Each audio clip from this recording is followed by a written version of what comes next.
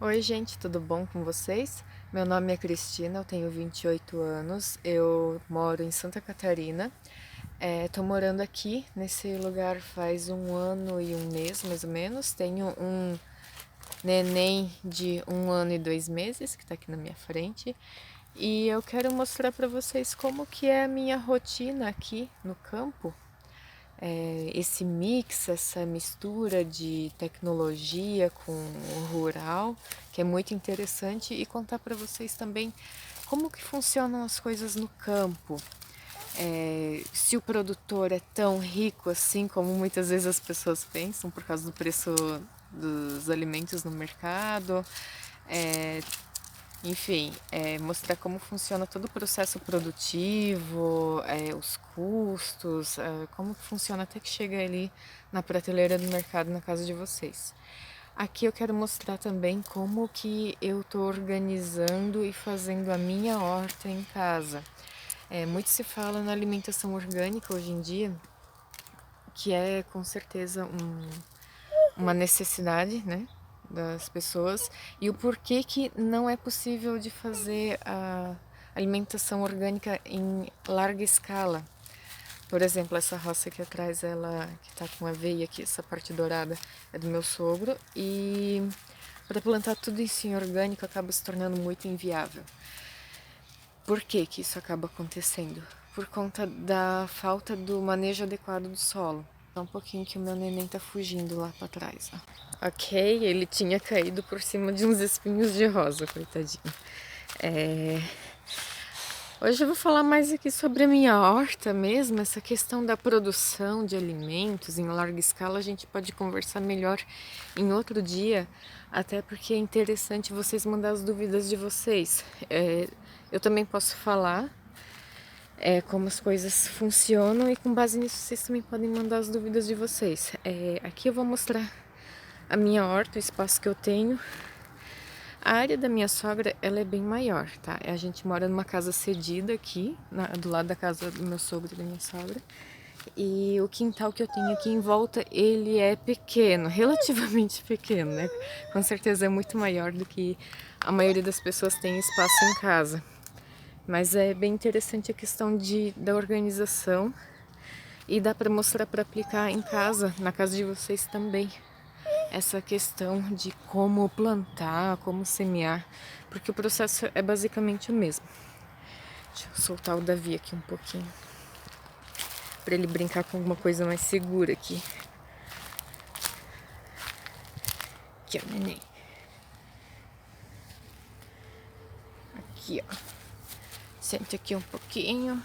Aqui tem uma folhinha de coqueiro pro neném brincar. Olha só que legal. Isso. Vou dar a folhinha de coqueiro para ele brincar. Então, assim, ó. Os conceitos são basicamente os mesmos. A terra precisa ter matéria orgânica, ela precisa estar adubada, precisa estar estercada e com acidez corrigida para que a planta consiga se desenvolver. Na casa de vocês, vão plantar no vaso.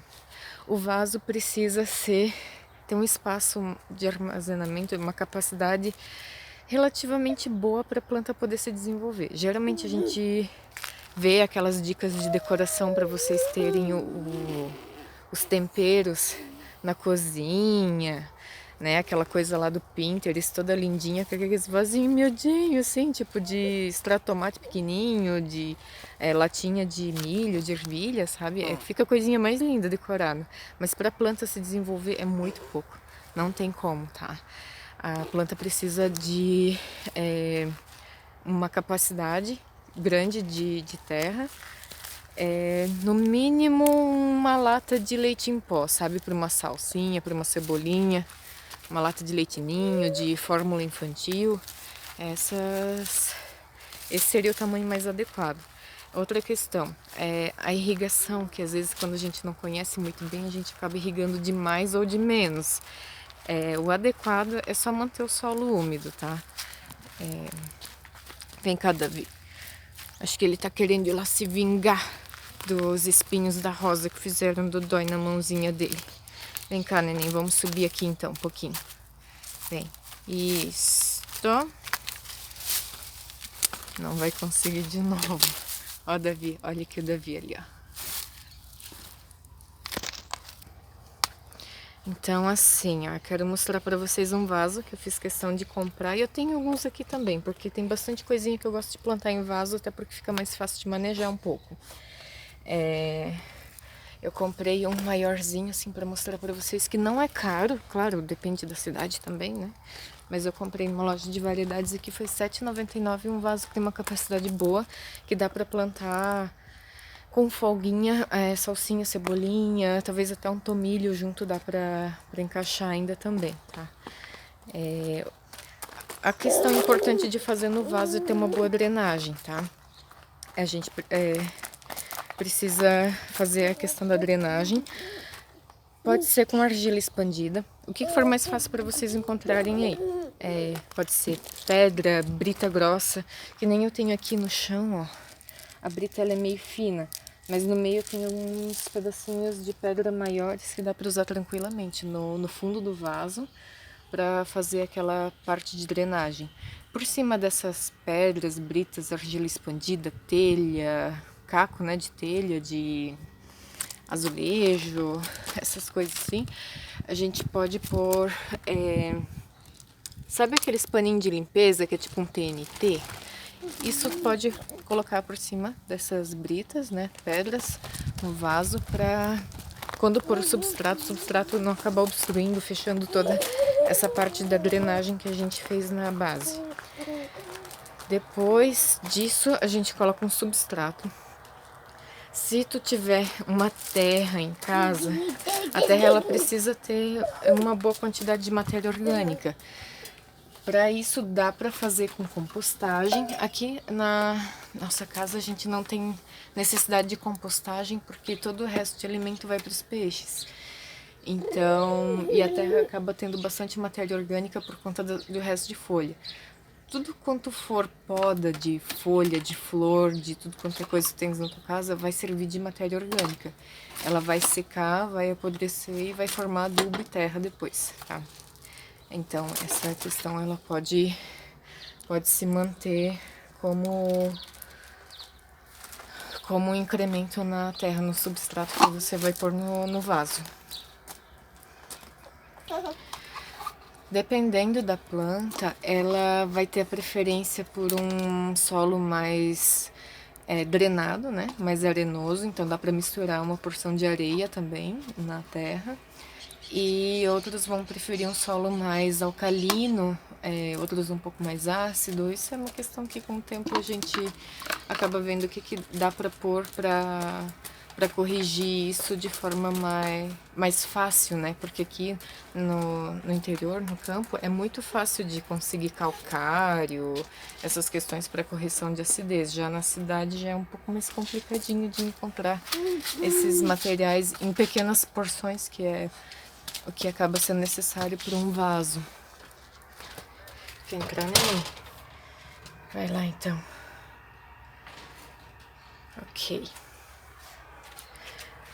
Ou, se não tem terra em casa, eu moro em apartamento, não tenho onde conseguir terra, nas floriculturas tem como comprar substrato. Pacotinho de substrato é bem comum de encontrar na floricultura, né? Porque é o que é utilizado para fazer os vasos de flor e pode ser tranquilamente usado também para plantar salsinha, cebolinha, chás, tomate. A questão de hortaliça para ter em casa, eu recomendo muito tomate cereja. Tem sementes, eu comprei algumas sementes pela internet, inclusive eu super indico a loja Plantei. Muito legal o atendimento deles, a interface toda também. Bem bacana, super indico, chega rapidinho. E é bacaninha, eu ainda vou semear agora, não é a época adequada, mas agora, porque não sei se vocês já viram isso, mas para cada planta, para cada semente, ela vem com um indicativo da melhor época de plantio para... Eu tô olhando aqui o Davi que tá correndo. Cada semente, cada planta, ela tem uma época de plantio mais adequada para cada região do Brasil em que você está. Então, No caso do tomate cereja, para cá ele pode começar a ser semeado em agosto, porque aqui em Santa Catarina, o sul, é época mais fria, né? Então, quando eu semear eles, eu vou mostrar para vocês também. E eu vou mostrar também a evolução deles. Essa semana eu semeei aspargos e couve de bruxelas. O Davi tá fissurado no trator do meu sogro ali. Deixa eu tentar levar ele pra lá um pouquinho. Vem, Davi, vamos socialzinho pra lá. Eu mostrei mais ou menos o processo de como que eu semeei a couve de bruxelas e o aspargo, mas eu acabei esquecendo de falar muita coisa, então talvez eu faça inserção só da parte onde eu tô semeando, porque acabou ficando meio longe a câmera, não mostrou muito bem. E eu também não expliquei muito bem como que faz o depois, sabe? Eu falei de preparar a terra. No meu caso aqui, que o quintal já é mais antigo, né? Tem bastante terra disponível. Acaba que a terra acaba compactando bastante. Então a gente precisa fazer o trabalho de descompactar essa terra, adubar, fertilizar novamente para aí plantar novamente novas plantas. Deixa eu sentar aqui um pouquinho. Aí. Nesse caso, eu acabei preparando aqui, a gente tem alguns canteiros aqui no quintal. E eu fiz a preparação da terra e semeei. Não tem muito mistério, é só dar uma niveladinha na terra, ainda mais se tu comprar o substrato que tu tiver ele fresquinho, ele é super macio, super soltinho. É bom até dar uma compactadinha no vaso, aí você semeia o que você pretender. Às vezes tem indicação atrás de semear tipo 2 centímetros de profundidade a sementinha. E às vezes a gente só dá uma misturadinha depois com um pouco de terra por cima para cobrir a semente. E eu gosto de cobrir com farelo. Farelo de serra, consegue em marcenaria. Geralmente lá é mais o cepilho, né? Mas o farelo de serra talvez consegue também. E é muito bom para manter a umidade do solo, porque depois que tu semeou, tu vai irrigar um pouquinho, não é encharcar o solo, tu vai molhar ao ponto de umedecer a terra. Aí com o farelo ele vai manter essa umidade e vai evitar que nasçam ervas daninhas. Isso é bem bacana. Eu quero mostrar logo ali nos moranguinhos que a gente plantou. Aqui a gente cobre com o que tem. Aqui tem pinheiro americano e eles têm uma palha muito boa para fazer cobertura de canteiro. Então eu quero mostrar para vocês a diferença, que teve um cantinho que não deu que chega a palha e acabou ficando sem e infestou de erva daninha. Já foi arrancado alguma coisa, mas dá para perceber que tinha bastante. Então vou dar uma pausa, eu vou lá no moranguinho mostrar para vocês. Ó, virei a câmera agora para mostrar para vocês. Aqui é os morangos, ó. Esse aqui tudo é cobertura de palha de pinheirinho, né? E ela forma uma caminha bem densa, assim, bem fechadinha. É muito boa para evitar de nascer as ervas daninhas, ó. Aqui tá começando a vir um pouco de capim, mas é bem pouco comparado com esse canto aqui, ó. Estão vendo? Esse canto aqui não deu pinheirinho, palha de pinheirinho que chega, e a gente deixou inclusive de propósito para ver a diferença bem nítida de como que vem em festa de capim, de mato, onde não tem uma cobertura de palhada. Esses conceitos é que a gente precisa levar para a roça, para a lavoura, para produção de larga escala, porque é isso que acaba fazendo com que o pessoal use mais veneno, sabe? Mais agrotóxico. Então, a gente tenta implantar esse tipo de conceito aqui, mas é muito difícil porque o pessoal tem a cabeça muito fechada. Os mais antigos, eles têm o pensamento muito engessado e eles têm muito medo de mudar aquilo que eles acham que tá dando certo. E enquanto que a gente não tiver a nossa terra para poder implantar as nossas técnicas, o nosso jeito, é difícil mudar. A gente tá tentando implantar, inclusive a gente plantou beterraba. Depois eu posso dar um tour lá, uma volta na roça de beterraba para vocês verem que foi plantado bastante na palhada e ela tá vindo muito bem conservadinha. Ó, aqui eu cheguei no canteiro que eu plantei esses dias do aspargo e da couve de Bruxelas. Aí ainda não germinou, leva geralmente de 1 a 2 semanas para começar a germinar. Olha só, esse é um pé de salsinha, ele fica uma toiça bem grande, ó, que é o tamanho da minha mão. Dá uma toiça bem grande, então por isso que ele precisa também de um vaso maiorzinho para poder se desenvolver. Aqui é a cebolinha. E aqui eu tenho também o chá de melissa que eu quero tirar daqui. Eu tenho um outro cantinho para chá. Aqui vai ficar mais a questão para hortinha mesmo. Aqui eu tenho alguns vasos de algumas mudinhas que eu tava fazendo. Isso aqui é lavanda, mas eu acho que é uma lavanda meio falsa, porque não tem um cheiro muito bonzinho, não. Esse vaso aqui, olha, é bem grandinho e foi bem em conta, acho que foi uns 10 reais. E ele tem um tamanho ótimo para plantar esse aqui, inclusive para o tomate cereja, que dá um pé maior, mais arbustivo. Ó, outra coisa interessante é, dependendo da cidade, se for mais pequena, tem agropecuárias que vendem a mudinha já nesse tamanho aqui, ó. Essa aqui foi comprada acho que sexta-feira. Mudinha de alface, repolho, brócolis. Aqui eu acho que tem formiga cortadeira, ó, pegando, porque só ficou um talinho aqui. Acho que não vai ter como salvar esse aqui mais. Ó, mesmo que a gente tenha aqui um grande amigo para espantar os pardais, que eu vi a técnica de uma forma mais natural de espantar os pássaros da horta, né? Porque o passarinho também come. Eu acho que é formiga, porque eles estão respeitando o coleguinha aqui, então eu acredito que pode ser formiga que esteja comendo aqui. Isso aqui também é super interessante, ó, para quando a gente fizer o vaso, ao invés de você ter todo o tempo ali da germinação, até porque precisa espaçar, tu pode fazer um vaso de berçário. Davi aqui, deixa eu virar. Olha só, esse aqui é um vaso que eu comprei, olha, bem grandão, profundo, ó, mais ou menos o tamanho da minha palma aqui de profundidade, uma largura boa também. E ele é ótimo também para servir de berçário, que eu tava falando antes.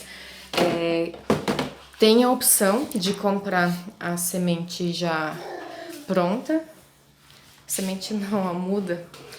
A opção de comprar a muda pronta e plantar no substrato, no vaso, seria a melhor opção. Se encontrar a muda, vale a pena. Não dá para garantir que vai ser orgânica, sem venenos, porque nesses lugares onde eles produzem mudas, geralmente eles aplicam bastante defensivo. Para garantir que seja orgânica, é bom que inclusive a semente seja sem defensivos, mas é difícil de conseguir. Ignorem a bagunça aqui atrás. Eu tenho uma de cenoura aqui, ó, do filtrinho. Aqui, ó. Ela... Foca, meu filho. Aqui tem o selinho que ela é sem defensivos. Não vai focar. Sem defensivos, tá? Seria o mais adequado para produzir o orgânico em casa. No caso de semear cenoura em vaso, dá para semear cenoura em vaso. Cenoura é só semeando mesmo. Mas aí o interessante seria você pegar um vaso bem mais profundo e semear sementinha por sementinha com uma distância assim de uns 4 dedos, mais ou menos. A distância de um e de outro, porque depois quando a cenoura ela for ficar maior, ela vai precisar de espaço. A gente cometeu um pequeno erro no ano passado, quando a gente semeou a cenoura, de semear ela toda junta E aí elas não conseguiam se desenvolver porque uma atrapalhava a outra. Então é bem importante essa questão de pôr a cenoura espaçadinha. Isso eu também posso mostrar em uma outra ocasião. Então é isso, minha gente. Espero que vocês tenham gostado. Se não gostaram, me desculpa, eu tô aprendendo ainda a gravar vídeos, aceito sugestões, de assuntos a serem abordados, o que vocês tiver curiosidade de saber, como é que é no campo aqui.